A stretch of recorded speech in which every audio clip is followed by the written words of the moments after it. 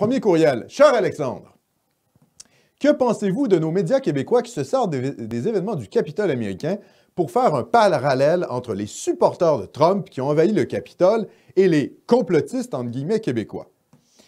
Ça, c'est sa première question. Alors, je pense que c'est logique, en fait, parce que finalement, les gens qui contestent les mesures sanitaires ont été associés aux partisans de Trump. Donc, c'est facile de faire des liens entre, finalement, les partisans de Trump aux États-Unis et puis ce que les médias de masse appellent les complotistes, c'est-à-dire, en gros, les gens qui remettent en question la pertinence des mesures sanitaires. Hein. Par exemple, à Nomos TV, on ne remet pas en question l'idée qu'il y ait un virus. Hein, il n'y a pas d'épidémiologiste qui dit que le virus n'existe pas. Même les gens qui vont extrêmement loin dans la critique de la gestion sanitaire ne disent pas que le virus n'existe pas. Hein. Didier Raoult ne dit pas que le virus n'existe pas. Toubiana non plus, etc. Même les médecins français qui sont très critiques de la gestion de la pandémie par Macron ne disent pas qu'il n'y a pas de virus. Mais, vous savez, remettre en question le discours gouvernemental et se dire, est-ce que les mesures sont vraiment bonnes?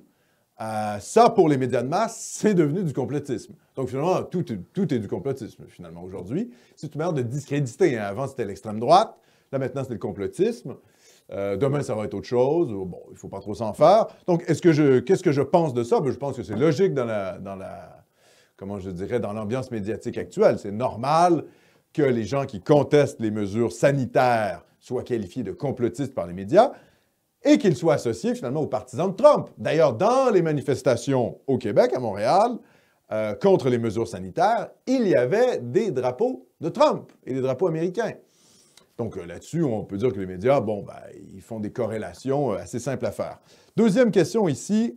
Vous avez déjà parlé d'une plateforme de discussion pour les donateurs de Nomos TV. Qu'en est-il? Alors oui, si vous êtes un donateur de Nomos TV, on a créé un groupe de discussion sur Telegram. Il y a des gens qui m'ont dit « J'ai pas de téléphone intelligent, donc je ne peux pas aller sur Telegram ». C'est faux. Si vous avez un ordinateur, vous pouvez télécharger l'application Telegram. Donc, ce que je vous invite à faire, c'est vous inscrire, vous créez un compte sur Telegram pour les donateurs de Nomos TV. Vous contribuez à Nomos TV, vous avez déjà fait un don, vous faites un don récurrent mensuel, vous avez fait un don Interac, etc. Peu importe, on peut vous retracer.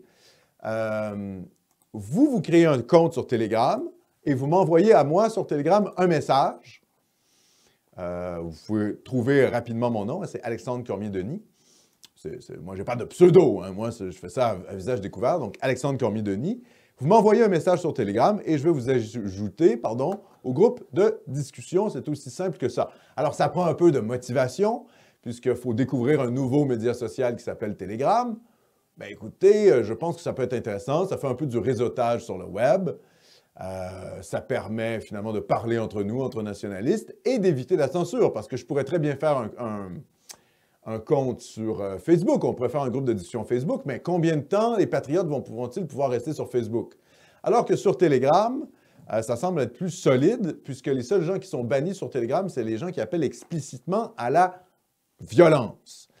Ce qui n'est évidemment pas notre cas, comme vous le savez.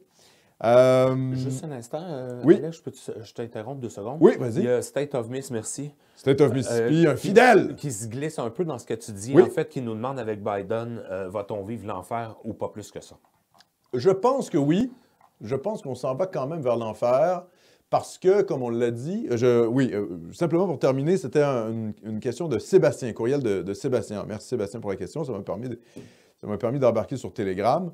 Donc, pour la question de State of Mississippi, oui, je pense que ça va être très grave parce que, comme on l'a dit à Nomos TV, vous savez, on n'est pas américain, on n'a pas la nationalité américaine. Alors, pour nous, Québécois, on est à côté de l'Empire, hein, on est finalement une province de l'Empire. Le Canada, c'est un peu le 51e État américain. Et le Québec, même si le Québec devenait souverain, on serait quand même collé aux États-Unis. On serait limitrophe aux États-Unis. Donc, ce qui se passe aux États-Unis nous impacte particulièrement. Et puis, depuis 1945, l'Europe de l'Ouest est une sorte de protectorat américain. Donc, au fond, ce qui se passe aux États-Unis a des impacts en Europe de l'Ouest. Principalement en Europe de l'Ouest, mais même en Europe de l'Est, puisque l'Europe de l'Est dépend beaucoup des armes de l'OTAN et également fait partie de l'Union européenne, qui est en gros, qui est pilotée par Washington, disons-le ouvertement. Donc oui, je pense que l'ensemble de l'Occident va vivre les conséquences de Biden. On le voit déjà, là, les compétitions de femmes transgenres au niveau de la guerre culturelle, ça va aller très loin et on va en subir les conséquences. Moi, je pense le pire d'ailleurs pour les pays d'Europe de l'Est qui résistent à la vague mondialiste, hein, qui essaient de résister le plus possible, la Pologne, la Hongrie, etc., l'Autriche même, l'Europe centrale.